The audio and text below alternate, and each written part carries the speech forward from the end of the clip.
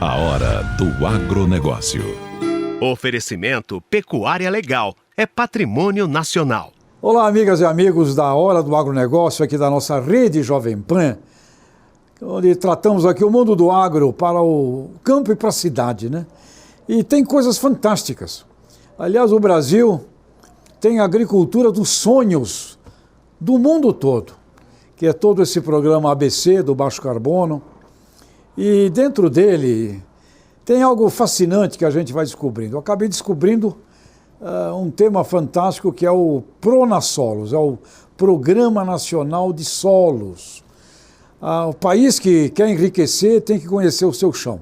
E esse programa é um programa espetacular e nós trouxemos aqui para falar sobre ele a chefe-geral da Embrapa, que é a empresa brasileira da pesquisa agropecuária, da Embrapa Solos, uma mulher, a Petula Ponciano.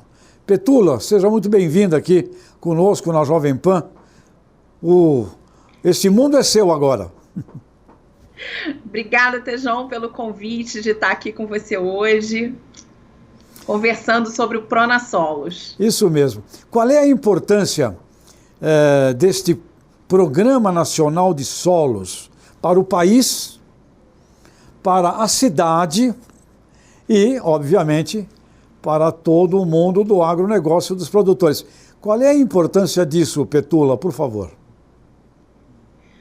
O Programa Nacional de Levantamento de Solos do Brasil, né, eu acho que ele vai trazer aí uma grande revolução. Como você bem mencionou, né, o país que não conhece os seus solos, ele não conhece nada, né? E hoje a gente só conhece 8,6% dos nossos solos. Nós acreditamos que com levantamentos mais apurados dos solos brasileiros, o Brasil vai dar um salto de planejamento em várias políticas públicas, não só para o agro. A gente vai estar impactando aí também a infraestrutura, né, toda a parte de multimodais, de logística de transporte. A gente vai estar falando também, né, do abastecimento das áreas urbanas, né, que hoje sofrem grandes problemas em função de sedimentação de bacias hidrográficas. Então, é um mundo, na verdade, a hora que você passa a ter informações de solos cada vez mais detalhadas. Petula, estou imaginando aqui, eu sou santista, nasci em Santos, e um tema sempre lá no Porto é a dragagem do Porto.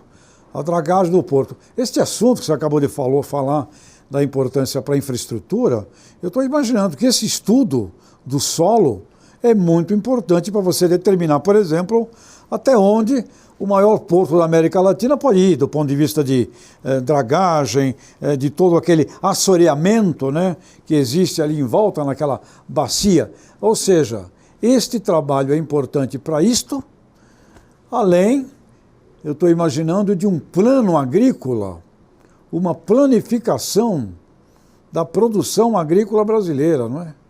É isso mesmo, Petula? É isso mesmo, Tejon. A hora que a gente fala, né, desse conhecimento de solos, e é bem interessante que o Pronasolos, ele tem, assim, 3 instituições, né, que são âncoras junto com a Sociedade Brasileira de Ciência dos Solos. A gente tem a Embrapa, que cuida ali, né, dos tipos de solo, classifica esses solos. Nós temos o IBGE, que fala, né, de como é que são a superfície desses solos, né, como que é o sistema de paisagem, né. E você tem a CPRM, que fala do subsolo. Quando você junta isso com a Sociedade Brasileira de Ciência do Solo, que é quem estuda e produz ainda mais conhecimentos, né, interpreta esses conhecimentos à luz da ciência dos solos, você gera, na verdade, vários dados e informações, né, que vão aí ser disponibilizados para a sociedade, principalmente aí para os gestores públicos, seja federal, estadual, municipal. A gente está falando aí dos três grandes entes federativos, para planejar o país, né? E aí você fala do Porto de Santos, né? Toda a questão de dragagem, a gente precisa entender que solos que estão ali ao redor, né? Como é que se dá esse subsolo brasileiro que está ali?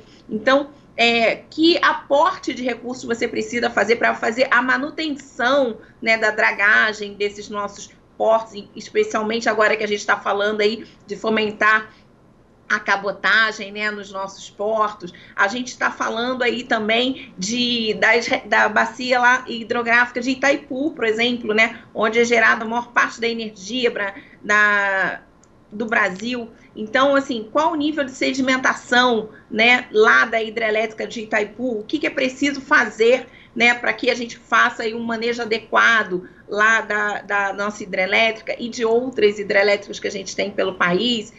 Você desenhar também novas rotas de ferrovia ou aperfeiçoar ou melhorar a manutenção das nossas rodovias, das nossas BRs, né, das nossas rodovias estaduais, porque tudo isso vai ser influenciado em função do tipo de solo.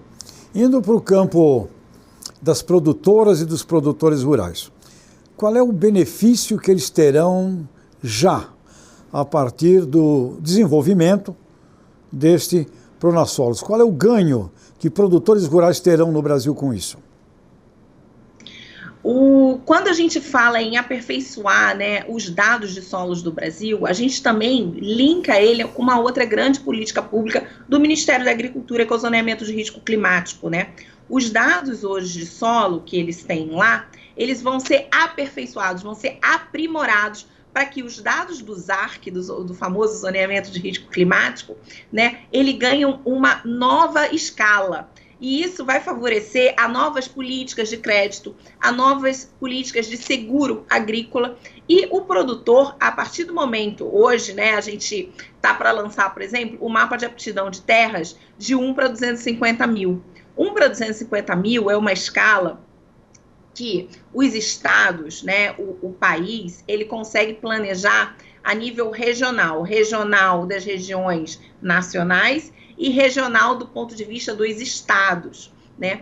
O que a gente precisa, os produtores e os estados, cada vez que eles geram mais informações de solos a partir das suas análises de solo, isso vai gerar dados que vão favorecer a criação de mapas ainda mais detalhados. A nossa meta, na verdade, é chegar num grande mapeamento que possa ser usado a nível de propriedade, né? Que seria um zoneamento na faixa de 1 para 25 mil, né? 1 para 10 mil, que é o que os produtores realmente precisam. E a ideia hoje, né, do Pronasolos, ele é um programa de 30 anos, a hora que a gente fala no cenário mais conservador, a hora que a gente fala onde só o Estado brasileiro está aportando recursos nisso. Mas a gente vem aí conseguindo angariar mais parceiros, né? Então, tem instituições como a Associação Brasileira de Produtores de Algodão, que já iniciaram uma conversa com a gente, a própria ProSoja também já tem interesse, né, no Pronasolos e tentar identificar qual é o potencial que isso tem para os produtores. Então, assim, a gente fala que o Pronasolos, ele é um programa que começa, né, com uma liderança do Ministério da Agricultura, com essas instituições âncoras que eu falei, mas a nossa tendência é que o setor privado venha com a gente para que esse cenário conservador de 30 possa passar para 10 anos. Interessante, Petula. Então, é um movimento de todos. E você falando desses stakeholders distintos, né? A ANDA, a Associação Nacional de Difusão de Adubo, que reúne as indústrias de fertilizantes, eles têm um programa muito interessante chamado NPV, que é Nutrição para a Vida, associando que a planta bem nutrida, ela também provoca uma melhor nutrição do ser humano que a consome ou consome seus derivados. Esse setor, por exemplo, de fertilizantes, que ligação eles têm com esse Pronasolos? Eu imagino que imensa, não é? Então, a ANDA vai ser um grande parceiro nisso, porque a gente está falando também, né, que quando a gente aumenta, né, esses detalhamentos das informações de solos, a gente também prepara melhor, a gente orienta melhor um manejo mais adequado para a fertilidade do solo, né? E a Embrapa tem um projeto, né, que se chama aí o Fertiliza, né, que vem nessa linha e que é muito linkado a tudo que vai ser produzido aí com o Pronasolos, já conversando com alguns stakeholders desse setor, né, e o Ministério da Agricultura também está preparando aí, né, uma proposta muito aderente a esse setor e que está tudo, na verdade, ligado é a informação de solo, porque um solo melhor manejado, né, ele retém mais carbono no solo. E aí a gente está falando também de precificação de carbono, né? A gente está falando de serviços ambientais. Então, toda a base é em função da informação e do dado do solo. A gente poderia dizer, então, Petula, que indo ao futuro, quando a principal missão de um produtor rural será praticamente uma gestão ali do seu microbioma, né? E que a originação é que vai ser muito valorizada, vamos imaginar daqui a, acho que não muito tempo, a qualidade da originação terá preços diferentes, ou terá acesso a mercados diferentes, ou terá contratos diferentes, como você também já citou, seguro rural, crédito, fundos, etc. Tem aí uma diversificação de relacionamento dos produtores rurais com a cadeia produtiva em função dessa qualidade da sua microgestão. E para ter uma qualidade na microgestão, na gestão do microbioma, digamos assim, esse estudo ele é vital. Sem ele não consegue ter, tá certo? Exatamente, Tejon. A gente sempre fala, né, que o produtor de soja, o produtor de milho, o produtor de leite, na verdade, ele é o gestor de uma propriedade rural, né? E cada vez mais a gente está falando que sistemas complexos, né, lá da física, eles também estão no nosso dia a dia.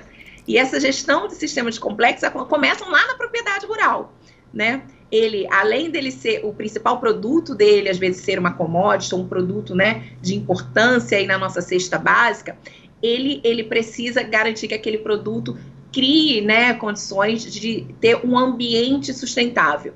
E a gente sabe que nesse momento tem toda uma discussão em cima de finanças verdes, né? A própria ministra e o presidente do Banco Central, o ano passado, em abril, lançaram um grande programa de finanças verdes. E o que a gente está trazendo, né, para o produtor rural e para o consumidor, para o nosso público urbano, que a gente está mostrando é que a nossa agricultura é sustentável sim, né? E ela está dentro de preceitos dessa sustentabilidade e que hoje, né, todo esse sistema bem manejado, bem integrado, ele vai gerar condições para que você tenha acessos a mercados diferenciados, que foi o que você colocou, né? Então, assim, na prática, né, os serviços ambientais, né, que alguns estados já têm aí, né, o pagamento de serviços ambientais, teve a lei que foi votada aí no final do ano, né, pelo Congresso, isso traz para o produtor rural novas oportunidades nessa cadeia, né, nesse mercado. É verdade, e para um plano estratégico do agro brasileiro, diversificação de produtos, acesso a novos mercados, que a gente está falando aqui já há um bom tempo, temos que dobrar o tamanho do agro e podemos dobrar para que o próprio PIB do brasileiro possa crescer. Esse fundamento a partir do conhecimento do solo é a base, é a grande plataforma. Portanto, é espetacular essa ideia, essa iniciativa. Poderíamos dizer também, Petula, indo no caminho esse de nutrientes para a vida, que um solo conhecido, um solo bem nutrido, ele impacta a saúde humana do consumidor final lá da frente, que vai comer um derivado de soja, ou que seja uma hortaliça, uma fruta, tem impactos na saúde humana? Então, tem vários estudos que relacionam, né, a saúde do solo a qualidade dos nutrientes nos produtos finais que vão para a nossa mesa.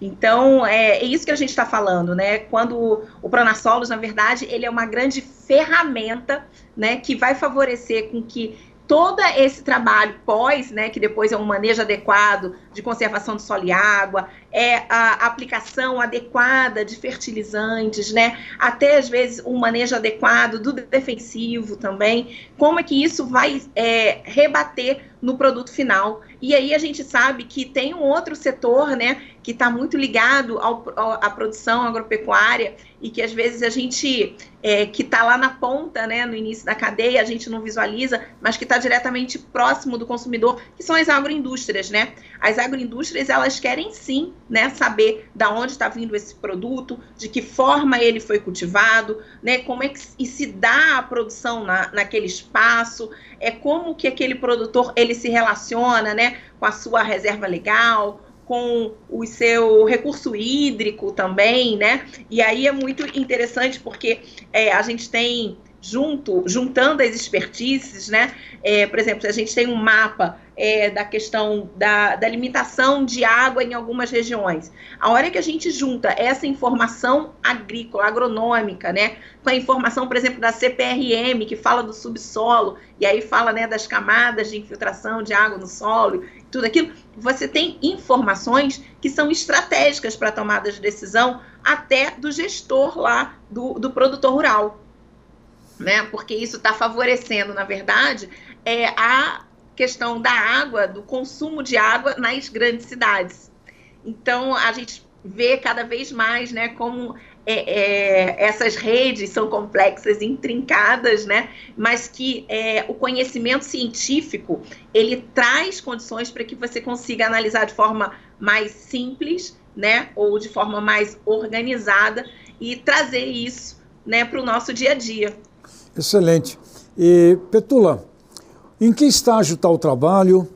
O que está acontecendo agora e quais são os próximos passos para que isso chegue à sociedade, não só rural, mas à sociedade urbana? Que passos estão sendo tomados agora? Qual é o trabalho que tem que ser feito agora, nesses próximos dias e meses de 2021? Então, acho que final do ano, né, a ministra lançou aí a plataforma Pronasolos, onde a gente já organizou a plataforma que vai ser o receptório de todos esses novos dados e informações que vão ser gerados durante o programa. Essa plataforma hoje, ela já trouxe todos os dados e informações que o Brasil tinha nesses últimos anos. Aí as universidades estão colocando mais informações lá, CPRM, Embrapa, IBGE, né? E agora, no ano de 2021, a gente já começa, com base nesses dados, a trazer novas informações para a sociedade. Acredito que ainda a gente está a gente chama, né, o módulo, a versão inicial da plataforma, ela ainda está numa versão muito de uso para quem conhece e para quem já sabe manejar aquela informação. Então, a nossa meta em 2021 é colocar fazer novos upgrades na plataforma para que essa informação ela também seja decodificada, né, para quem não tenha tanto conhecimento no manejo daquelas informações. Então, o produtor rural, o técnico agrícola que usa menos essa informação, até técnicos do setor financeiro. A gente tem conversado muito com alguns técnicos do Banco do Brasil, né, que trabalham ali no crédito, né, na área de seguro, e eles estão vendo já algumas utilizações dessa ferramenta. Então, ao longo de 2021, aí, a gente ainda continua aprimorando e fazendo novos upgrades dessa ferramenta. A gente já vai ter aí 2 novos mapas sendo lançados, né? Teve um que foi lançado aí já no finalzinho do ano, logo no lançamento da plataforma, que foi o de vulnerabilidade e o de erodibilidade, com base na questão da evolução e erosão hídrica, e a gente está para lançar agora, no primeiro trimestre ainda, o mapa de aptidão de uso das terras do Brasil, de 1 para 250 mil. Então, ao longo do ano isso vai acontecendo. As atividades de campo, né, a gente vai começar esses mapeamentos de campo, assim que a pandemia, né, favorecer a ida dos nossos técnicos e dos nossos parceiros a campo, né? A ministra Tereza Cristina está muito empenhada e animada com esse programa, porque ele é realmente a base de muita coisa, está sendo aí coordenado, né, lá pela Secretaria de Inovação, pelo secretário Fernando e pela diretora Mariane Crespolini, que é uma apaixonada no programa. Então, a gente acredita que no final de 2021 a plataforma, né, já tenha novos dados, e a gente espera que 2021 também a gente aproxime ainda mais aí do setor privado, porque ele vai ser uma peça fundamental para que a gente desça ainda mais essas escalas, né, como elas precisam ser e o que a gente pretende com o programa, que é ter aí informações de solos até nível de propriedade. E, Petula, que ligações a gente pode estabelecer entre esse trabalho e esse assunto, que é um assunto global, né, importantíssimo, chamado Amazônia, bioma amazônico? Esse estudo oferece instrumentos concretos no sentido da gestão sustentável da Amazônia brasileira? Excelente a sua pergunta. Nós temos aí 3 estados da Amazônia que já se mobilizaram ainda no ano passado para começar a trabalhar toda uma ação de desenvolvimento sustentável, né? Aprimorar as ações de desenvolvimento sustentável para 3 estados e criar um acrônimo, que é a AMACRO, Amazonas, Acre e Rondônia. Eles já formataram esse grupo, né? O Pronasolos é a base de todo o trabalho que vai ser realizado pela AMACRO, né? E a gente pretende aí que os outros estados da região amazônica também se inspirem, né, nesse grupo da AMACRO.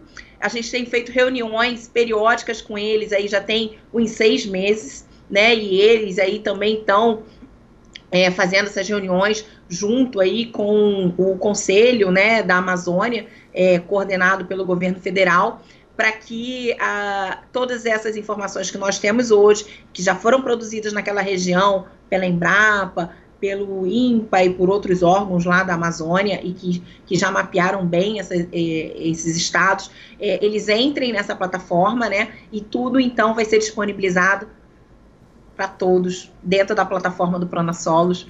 Então a AMACRO é um grande projeto e eu acho que vai ser uma grande referência para a região. Muito interessante a reunião desses estados, que tem tudo para transformar o PIB desses estados em um PIB muito maior, com muito mais empreendimento e com sustentabilidade, que é a gestão do solo. Eu também imagino, Petula, que esse trabalho é de uma importância gigantesca para a pesquisa no Brasil.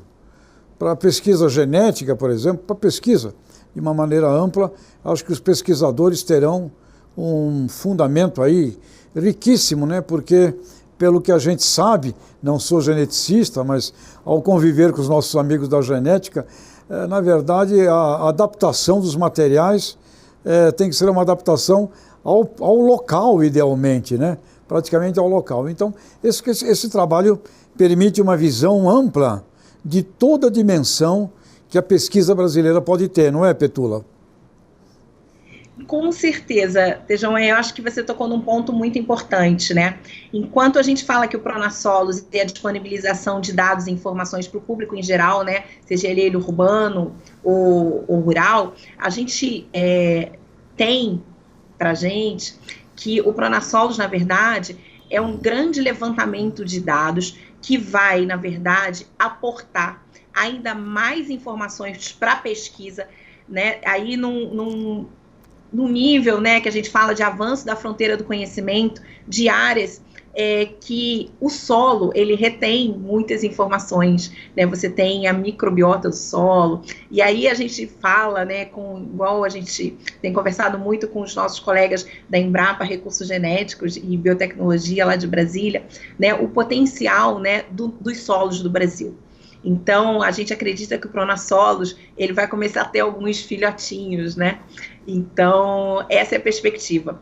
O Pronasolos em si, ele, na verdade, ele vai ter um efeito multiplicador que eu acho que hoje a gente nem consegue ter ideia do que pode ter, que a gente pode estar fazendo daqui a 5, 10 anos. Que patrimônio, Petula. E pelo que me contou, aliás, o Polidoro, que estava na chefia da Embrapa Solos antes de você, me contou a história até da origem de todo esse estudo através de um ministro da TCU. Ou seja, este homem, parabéns a ele, depois se você se lembrar o nome dele, é importante citá-lo, né? Ministro Haroldo Cedrais. Isso, Cedrais. Teve um papel fundamental nisso aí. Parabéns a este homem, ele é um homem do TCU, teve a visão, eu creio, a visão do maior patrimônio brasileiro, que nós precisamos nos apossarmos do ponto de vista, no sentido da transformação disso em riqueza de dignidade de vida. Petula, eu sei também, para a gente encerrar aqui o nosso encontro, que você também deseja muito ter uma pesquisa sobre o que o cidadão, nosso telespectador, internauta, ouvinte da grande rede Jovem Pan, pensa de sustentabilidade no Brasil, pensa do solo, pensa do uso do solo brasileiro, né? Aquela história do Caminha, do Vaz Caminha, né? Que chegou aqui, olha, em se plantando tudo dá, não é verdade, né?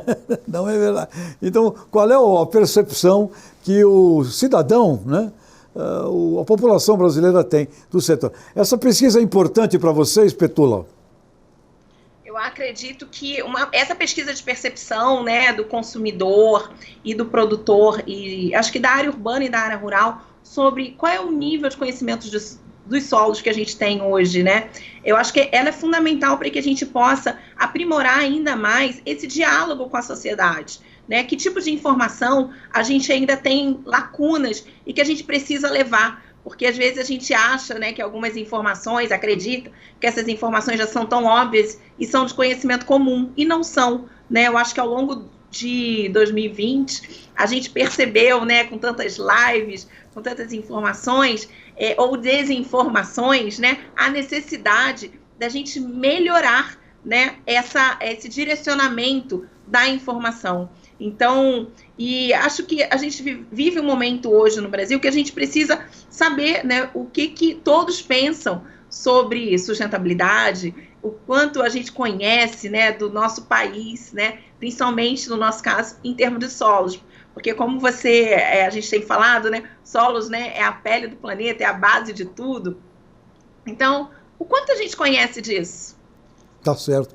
Petula, olha, queria agradecer muito. Petula Ponciano, chefe-geral da Embrapa Solos, marcar aqui nesta nossa entrevista essa história. O Cedras, né, do TCU, levou a Embrapa Solos, se eu não me engano, era Maria de Lourdes.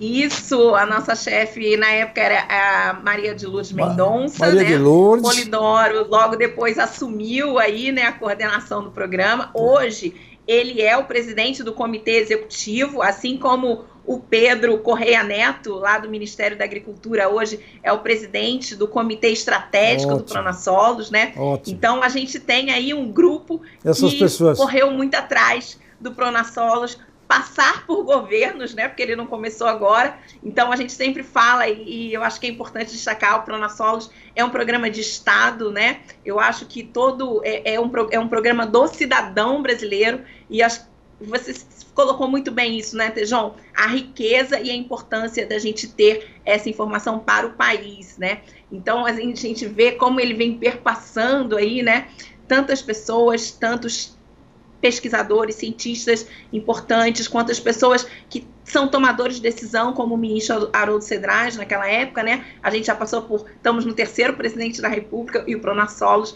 né? Tá aí alguns ministros da Agricultura, né? O ministro Blairo, a ministra Tereza aí, que sempre tiveram, né, todo um olhar especial para esse programa, e a gente começa a ver como ele tem rebates em outros setores, como até o setor financeiro, né? Pois é, Petula. E agora chega isso aqui na mão da ministra, da Tereza Cristina, aliás, admiro muito, da Mariane Crespolini, você, né, que precisam implementar. E aqui, para terminar o nosso encontro, vale um pouco de uma filosofia de vida, né? E me trouxe isto. Começar lá com o senhor lá do ministro do TCU, Cedras, passa por algumas pessoas que são heróis, né? E aí o Churchill, na Segunda Guerra Mundial, tem uma expressão dele fascinante quando ele diz: nunca tantos precisaram tanto de tão poucos. A história do nosso progresso é um pouco parecida. Alguns seres humanos trazem uma riqueza para depois muitos usufruírem. Está na hora agora de muitos tirarem proveito dessa riqueza do Pronasolos. Petula Ponciano, muito obrigado e dê um abraço a todo mundo aí da Embrapa e do pessoal envolvido nesse programa. Por favor e obrigado.